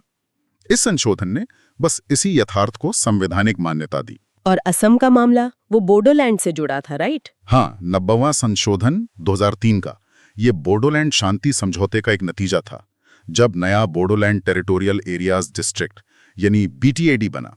तो वहां राजनीतिक स्थिरता बनाए रखने की जरूरत थी। इस संशोधन ने यह सुनिश्चित किया कि असम विधानसभा में इस क्षेत्र से अनुसूचित जनजातियों और गैर अनुसूचित जनजातियों का जो मौजूदा प्रतिनिधित्व है वो भविष्य में भी बना रहेगा। अच्छा, तो ये उस क्षेत्र के सोशल फैब्रिक को एक तरह की सुरक्षा देना था। बिल्कुल, संवैधानिक सुरक्षा। चलिए अब जरा गियर बदलते हैं और सामाजिक न्याय और राजनीति से हटकर अर्थव्यवस्था की बात करते हैं। केंद्र और राज्यों के बीच पैसे का बंटवारा हमेशा से एक बड़ा मुद्दा रहा है और इसी को लेकर 80वां संशोधन लाया गया था साल 2000 में। ये 10वें वित्त आयोग की सिफारिशों पर आधारित था। इसने टैक्स के बंटवारे का एक नया सिस्टम लागू किया जिसे ऑल्टरनेटिव स्कीम ऑफ डेवोल्यूशन कहा गया। इसका क्या मतलब था? इसका सार यह था कि केंद्र सरकार जितने भी टैक्स और शुल्क इकट्ठा करेगी उसकी कुल आमदनी का 29% हिस्सा बिना किसी शर्त के राज्यों को दे दिया जाएगा। इससे राज्यों को वित्तीय रूप से ज्यादा स्वायत्ता मिली। और फिर सर्विस टैक्स का मामला आया, वो भी तो एक बड़ा बदलाव था। हाँ, वो था 88वां संशोधन 2003 का। उस समय सर्विसेज यानी सेवाएं भारतीय अर्थव्यवस्था का सबसे तेजी से बढ़ता हुआ हिस्सा थी। सही बात है। लेकिन उस पर टैक्स लगाने की संवैधानिक व्यवस्था साफ नहीं थी। इस संशोधन ने अनुच्छेद 268A जोड़कर सेवा कर को संवैधानिक दर्जा दिया। अच्छा। और इसमें एक दिलचस्प मॉडल अपनाया गया। टैक्स लगाएगी केंद्र सरकार, लेकिन उसे इकट्ठा और इस्तेमाल केंद्र और राज्य दोनों मिलकर करेंगे। ये तो कुछ GST जैसा लग रहा है। हाँ, आप कह सकते हैं कि ये GST की तरफ बढ़ने का एक शुरुआती कदम था। इन सब बड़े बदलावों के बीच एक संशोधन ऐसा है जिसे शायद हम सब जानते हैं और जो हर परिवार को छूता है, शिक्षा का अधिकार। निस्संदेह 86वां संशोधन 2002 का। ये एक ऐतिहासिक और युगांतकारी बदलाव था। ये सिर्फ एक कानून नहीं था, इसने संविधान के पूरे ताने बाने को बदला।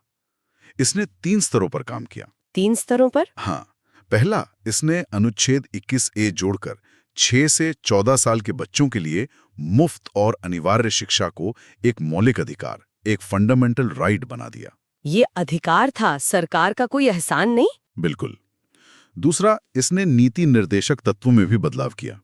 अनुच्छेद 45 जो पहले बच्चों की शिक्षा की बात करता था, उसका दायरा बदलकर 6 साल से कम उम्र के बच्चों की देखभाल और शिक्षा पर केंद्रित कर दिया गया, जिसे हम आज अर्ली चाइल्डहुड केयर कहते हैं। एग्जैक्टली। और तीसरा, जो सबसे महत्वपूर्ण है, इसने नागरिकों पर भी जिम्मेदारी डाली। अच्छा?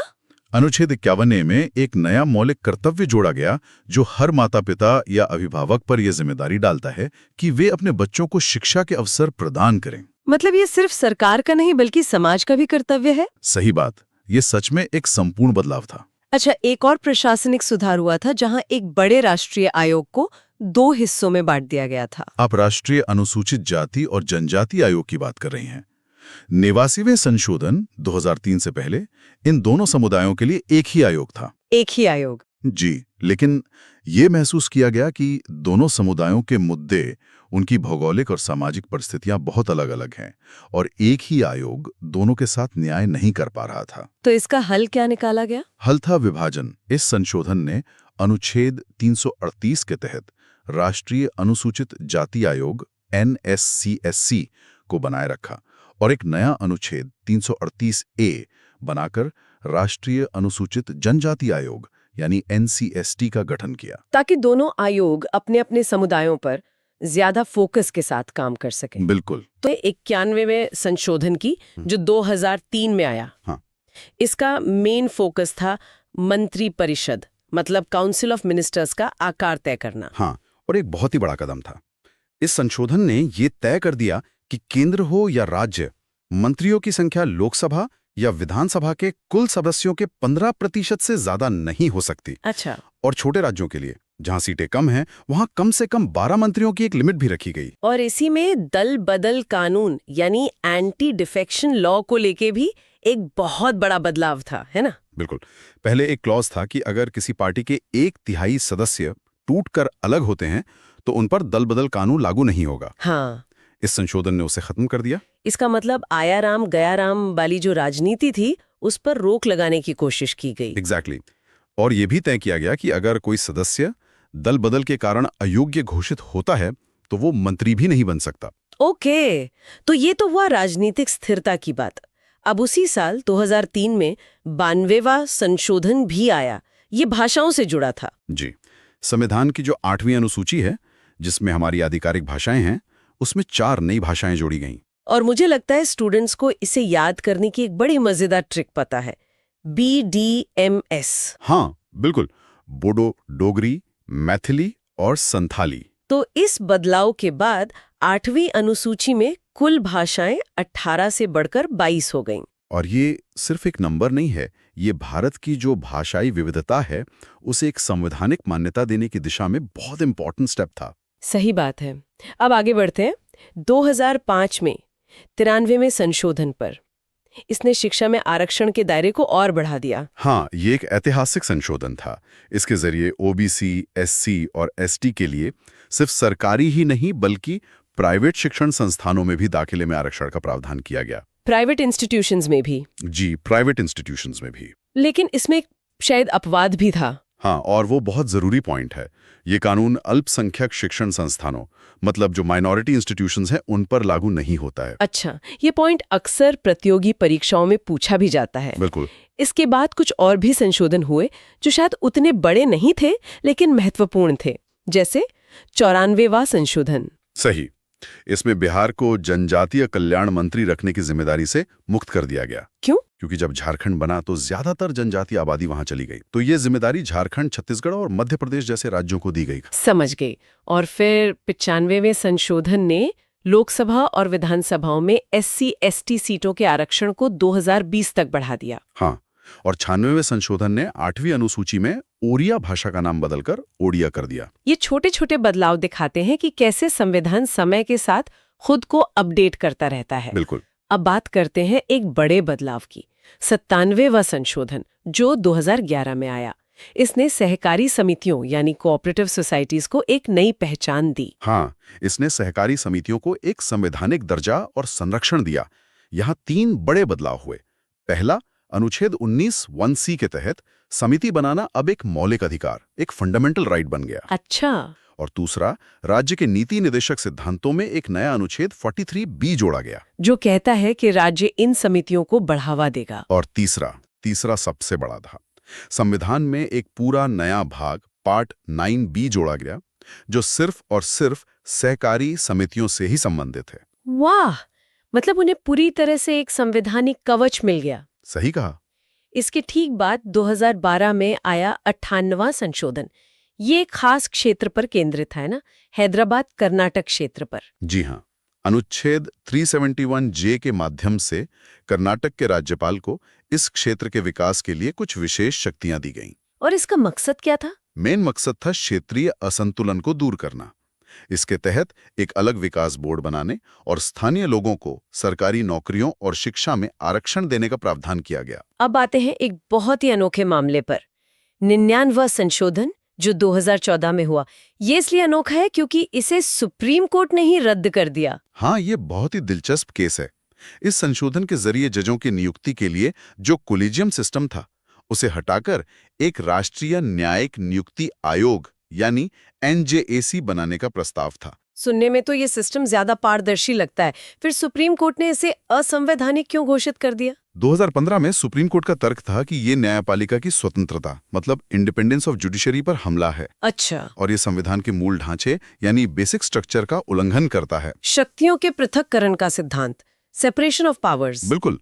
कोर्ट ने कहा कि अगर सरकार ही जज चुनने लगेगी तो न्यायपालिका निष्पक्ष नहीं रह पाएगी। ये वाकई एक दुर्लभ उदाहरण है जहां एक संविधान संशोधन को ही संविधान के खिलाफ पाया गया। सही। अब अगला संशोधन हमें अंतर्राष्ट्रीय सीमा पर ले जाता है।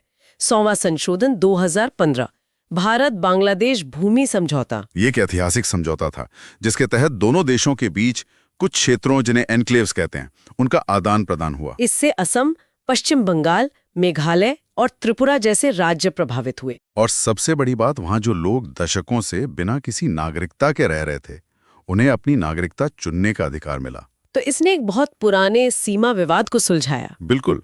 और इसके लिए संविधान की पहली अनुसूची में बदलाव करना पड़ा। अब आते हैं उस संशोधन पर जिसका असर हम सब पर पड़ा है, 101वां संशोधन 2016, जिसे हम सब GST के नाम से जानते हैं। वस्तु एवं सेवा कर, गुड्स एंड सर्विसेज टैक्स। ये भारत का सबसे बड़ा अप्रत्यक्ष कर सुधार था। एक देश एक कर, वन नेशन वन टैक्स, यही नारा था इसका। हाँ, और इसके लिए GST काउंसिल का गठन भी हुआ।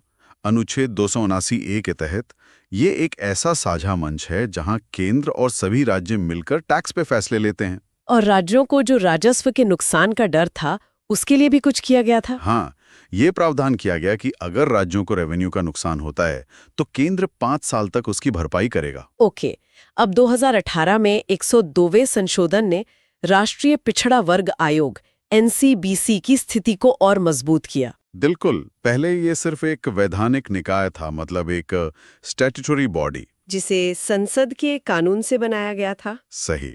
इस संशोधन ने अनुच्छेद 338B के तहत उसे एक संवैधानिक दर्जा, कॉन्स्टिट्यूशनल स्टेटस दे दिया, जैसे SC और ST आयोगों को मिला हुआ है। एग्जैक्टली। और अनुच्छेद 342A ने राष्ट्रपति को किसी भी जाति को सामाजिक और शैक्षिक रूप से पिछड़े वर्ग के रूप में अधिसूचित करने का अधिकार दिया। अब 2019 में आया 130वां संशोधन। इसने तो आरक्षण की पूरी बहस में एक नया ही आयाम जोड़ दिया। हाँ, इसने आरक्षण की बुनियाद ही बदल दी। पहली बार आरक्षण का आधार सामाजिक या शैक्षिक नहीं बल्कि आर्थिक बनाया गया। EWS आरक्षण। जी। इसके तहत सामान्य श्रेणी के आर्थिक रूप से कमजोर वर्गों यानी इकोनॉमिकली वीकर सेक्शंस के लिए सरकारी नौकरियों और शिक्षण संस्थानों में 10% आरक्षण का प्रावधान किया गया। इसके लिए संविधान में 2 नए अनुच्छेद 15(6) और 16(6) जोड़े गए। बिल्कुल। उसी साल 104वां संशोधन भी हुआ। इसमें 2 बड़ी बातें थीं। साल में होता है। लेकिन दूसरी बात बड़ी थी, एक पुरानी परंपरा खत्म कर दी गई। हाँ, एंग्लो इंडियन समुदाय के लिए लोकसभा में 2 सीटों के मनोनयन यानी नॉमिनेशन का जो प्रावधान था, उसे समाप्त कर दिया गया। ओके, अब 2021 का 105वां संशोधन, ये एक तरह से पिछले एक संशोधन को स्पष्ट करने के लिए था। सही कहा आपने। ये मराठा आरक्षण मामले में सुप्रीम कोर्ट के फैसले के बाद जो कंफ्यूजन हुआ था, उसे दूर करने के लिए था। इसने ये साफ किया कि राज्य सरकारों को अपनी खुद की OBC सूची यानी SEBC लिस्ट बनाने का अधिकार है। अच्छा, तो राष्ट्रपति सिर्फ केंद्रीय सूची को अधिसूचित करेंगे। हाँ, राज्यों का अधिकार सुरक्षित रखा गया है। और अब हम पहुंचते हैं सबसे हालिया और शायद सबसे चर्चित संशोधन पर, 106वां संशोधन 2023, जिसे नारी शक्ति वंदन अधिनियम के नाम से जाना जाता है। ये एक ऐतिहासिक कानून है जो लोकसभा और राज्य विधानसभाओं में महिलाओं के लिए 1/3 यानी 33% सीटें आरक्षित करता है। और इसमें कोटा के भीतर कोटा का भी प्रावधान है। बिल्कुल, मतलब SC/ST के लिए जो आरक्षित सीटें हैं, उनमें भी 13 सीटें उन समुदायों की महिलाओं के लिए होंगी। लेकिन यहाँ एक बहुत जरूरी बात है, ये कानून अभी लागू नहीं हुआ है। और ये जानना सबसे जरूरी है, ये कानून जनगणना यानी सेंसस और परिसीमन डेलिमिटेशन की प्रक्रिया पूरी होने के बाद ही लागू होगा। और ये आरक्षण 15 वर्षों के लिए लागू रहेगा। जी हाँ। तो ये थी 2003 से 2023 तक हुए महत्वपूर्ण संवैधानिक संशोधनों की एक झलक। मंत्रिपरिषद के आकार से लेकर महिलाओं के आरक्षण तक इन बदलावों ने भारतीय लोकतंत्र की दिशा को बहुत प्रभावित किया है। इन सभी संशोधनों को अगर हम एक साथ देखें तो ये सवाल उठता है कि संविधान क्या एक स्थिर दस्तावेज है या एक जीवंत दस्तावेज? और ये बदलाव दिखाते हैं कि यह समय और समाज की जरूरतों के साथ लगातार विकसित हो रहा है। और ये हमें एक दिलचस्प सवाल पर छोड़ जाता है, अगला बड़ा संवैधानिक बदलाव किस क्षेत्र में हो सकता है और उसके पीछे की सामाजिक या राजनीतिक वजह क्या होंगी। Thank you for watching.